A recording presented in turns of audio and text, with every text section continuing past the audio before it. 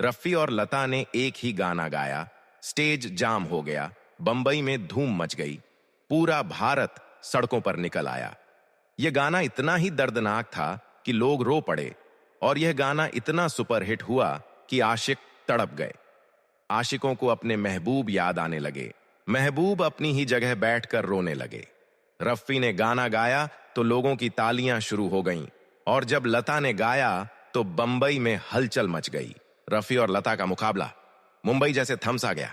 लोग घरों से निकल आए, थिएटरों के बाहर समंदर जैसा हुजूम जमा हो गया। हर जबान पर सिर्फ एक ही सवाल था कि आज मोहम्मद रफ़ी और लता मंगेशकर में कौन दिलों की बादशाहत जीतेगा। रेडियो स्टेशन मुसलसल इसी महफिल की खबरें नशरो इशात कर रहे थे। मौसीकी के शौकीन एक लम्हा भी जाया करने को तैयार न थे। पाकिस्तान से भी मुसलसल फोन कॉलें आ रही थीं कि इस तारीखी मुकाबले की एक एक खबर फौरन सुनाई जाए। जैसे ही दोनों अजीम फनकार स्टेज पर आए, पूरा हॉल तालियों से गूंज उठा और हर शख्स सांस रोके इस लम्हे का इंतजार करने लगा। मगर किसी को अंदाजा न था कि चंद लम्हों बाद एक ऐसा गाना गूंजेगा जिसका चर्चा बरसों तक ज़बान-ज़-ए-आम रहेगा। महफिल शुरू होते ही पूरे हॉल में ऐसी खामोशी छा गई जैसे वक्त खुद रुक गया हो। हर निगाह सिर्फ स्टेज पर जमी हुई थी, जहां दो अजीम आवाजें आमने सामने खड़ी थीं। लोग अपनी नशस्तों के किनारों पर बैठे बेचैनी से अगले लम्हे का इंतजार कर रहे थे। रेडियो पर सुनने वाले भी अपनी सांसें थामे हुए थे कि आखिर आज कौन दिलों पर हुकूमत करेगा। बाहर हजारों लोग सिर्फ आवाज सुनने के लिए खड़े थे। हर चेहरे पर बेकरारी और हर दिल में एक ही ख्वाहिश थी कि आज की रात तारीख बन जाए। किसी को अंदाजा न था कि चंद लम्हों बाद पूरा माहौल बदलने वाला है। वह गाना था जो वादा किया वो निभाना पड़ेगा, जो वादा किया वो निभाना पड़ेगा, वादा किया वो निभाना पड़ेगा, रोके जमाना चाहे आना पड़ेगा। दोनों फनकारों ने एक दूसरे को मुस्कुराकर देखा और फिर साज बजने लगे। पहली ही धुन ने हाजिरीन के दिलों में अजीब सी कैफियत पैदा कर दी। लोग एक दूसरे को खामोश रहने का इशारा दे रहे थे ताकि कोई सुर उनसे छूट न जाए। कहा जाता है कि पाकिस्तान से भी मुसलसल फोन कॉलें आ रही थीं और लोग सिर्फ यही पूछ रहे थे कि महफिल में क्या हो रहा है। हर गुजरते लम्हे के साथ रफ़ी साहब के चर्चे मजीद बढ़ते जा रहे थे। अखबारात के नुमाइंदे भी अपनी नोटबुक में हर मंजर महफूज कर रहे थे।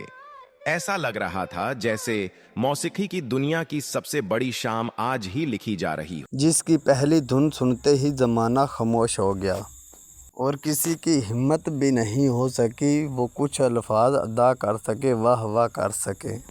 आंखों में नमी उतरने लगी और कई लोग बेअख्तियार अपने जज्बात पर काबू न रख सके। इसमें यूं बयान किया जाता है कि बाहर खड़े हजारों लोग भी मुकम्मल खामोशी से सिर्फ गाने की आवाज सुन रहे थे। हर शख्स एक दूसरे को हैरत से देख रहा था, जैसे कोई नाकाबिले यकीन मंजर उसकी आंखों के सामने हो। रफ़ी साहब की आवाज दिलों में उतरती जा रही थी और लता जी का साथ इस गाने को और भी यादगार बना रहा था। यही वो लम्हा था जिसने पूरी महफिल का रंग बदल दिया। लोग रेडियो की आवाज बुलंद करके अपने पड़ोसियों को भी सुनाने लगे। पाकिस्तान से आने वाली कॉलों का सिलसिला भी तेज हो गया और हर शख्स यही कहने लगा कि ऐसा गाना बरसों बाद सुनने को मिला है। रफ़ी साहब की आवाज में ऐसा दर्द था कि सुनने वालों की आंखें नम हो गईं। लता जी की सुरीली आवाज ने इस गाने को मजीद हसीन बना दिया। महफिल में बैठे हर शख्स ने खड़े होकर दोनों फनकारों को दाद दी। गाना खत्म हुआ तो चंद लम्हों तक पूरे हॉल में मुकम्मल खामोशी रही। फिर अचानक ऐसी जोरदार तालियां बजीं कि दीवारें भी गूंज उठीं। लोग अपनी नशस्तों से खड़े हो गए और मुसलसल दोनों फनकारों के नाम पुकारने लगे। इस फर्जी कहानी में कहा जाता है कि अखबारात ने अगले दिन इसी महफिल को अपनी पहली खबर बनाया।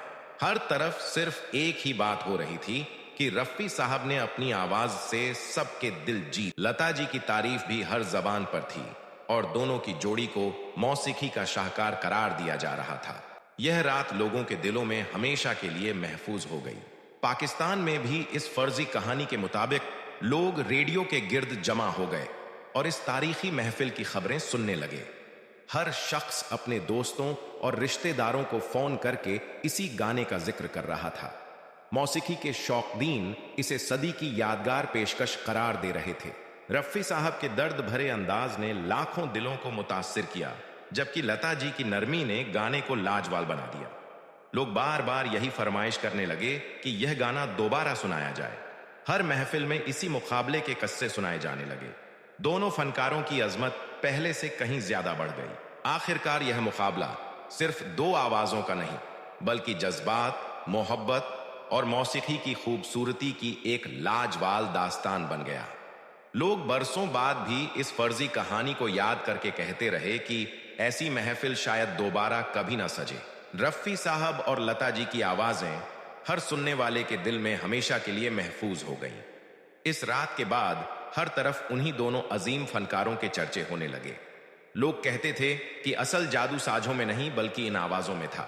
यही वजह थी कि इस गाने की गूंज मुद्दतों तक लोगों के दिलों में जिंदा रही, और यही वो रात थी जिसे मौसीकी से मोहब्बत करने वाले कभी भुला न सके। प्यारे दोस्तों, ये था वो एक ही गाना जो मोहम्मद रफ़ी और लता मंगेशकर ने अपनी आवाज़ में गाया। ये गाना एक ही था। जब उन्होंने ये गाना गाया तो हर तरफ इसी गाने का चर्चा था। लोग चाय पीते और रेडियो पर बैठ जाते और इस गाने को ज़रूर सुनते और इसका लुत्फ़ जो है वो उठाते और ये गाना दूसरे लोगों को भी सुनाते। ये देखो, ये नया गाना है जो दिलों को तड़पा रहा है। प्यारे दोस्तों, आपने ज़रूर बताना है कि आपको मोहम्मद रफ़ी का गाना पसंद आया था या लता मंगेशकर का। मेरे ख़्याल से तो दोनों ने अच्छा गाना गाया। आप भी अपनी राय का इजहार कमेंट में ज़रूर बता सकते हैं। प्यारे दोस्तों, कुछ गाने ऐसे होते हैं जो बहुत ज़्यादा सुपर हिट हो जाते हैं और लोगों के दिलों में उतर जाते हैं। यही था वो गाना जिसने लाखों दिलों को तड़पाया, लाखों दिलों को सुकून दिया। बहुत इस तरह के कमेंट आते हैं कि मैं 70 साल का हूँ, लेकिन जब मैंने ये गाना सुना तो मैं खुश हो गया, मेरी जो टेंशन है वो ख़त्म हो गई। इस तरह के कमेंट बहुत ज़्यादा आते हैं। अगर आपको भी ये गाना पसंद आया है तो प्लीज़ हमारे चैनल को सब्सक्राइब, वीडियो को लाइक और बेल आइकन के बटन को प्रेस कर लें ताकि हर आने वाली इस तरह की नई वीडियो आप तक पहुंच सकें। अगर आप मोहम्मद रफ़ी साहब से मोहब्बत करते हैं तो इस वीडियो को लाइक करें, कमेंट में नाइस मोहम्मद रफ़ी साहब लिख कर ज़रूर जाएँ ताकि हर आने वाली वीडियो आप तक पहुँच सके। मिलते हैं अगली वीडियो में, तब तक अल्लाह हाफिज़।